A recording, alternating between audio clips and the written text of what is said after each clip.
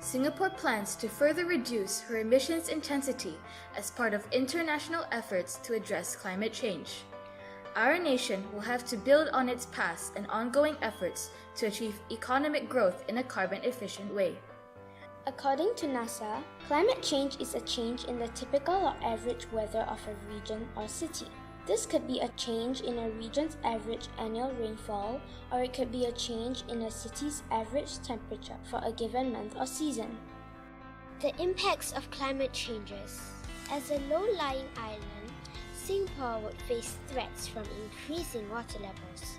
Much of our nation lies only 15 meters above the mean sea level, with about 30% of our island being less than 5 meters above the mean sea level.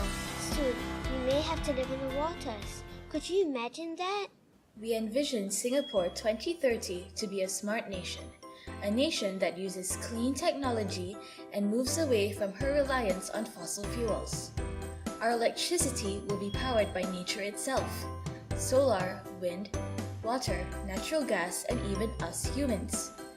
Efficient solar panels would be installed on rooftops of high-rise buildings at residential and CBD areas, along pavements and roads where there is abundant sunlight.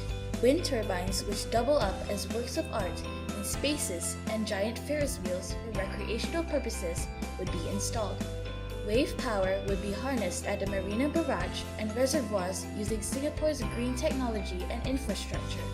Natural gas would also be used in replacement of burning of fossil fuels. Human power generated when people exercise in gym, walk, or play could also be converted into energy. To reduce gas emissions from vehicles, bus lanes would be widened. The number of trains and bicycle tracks would increase for the residents of Singapore as an alternative to driving a car.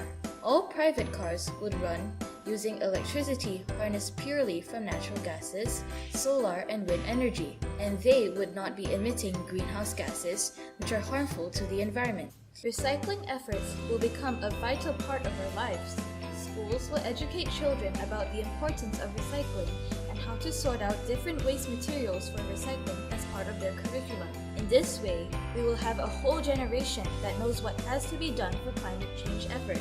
Remember, a little action can make a big change. So, we need to do our part to slow down the process of climate change.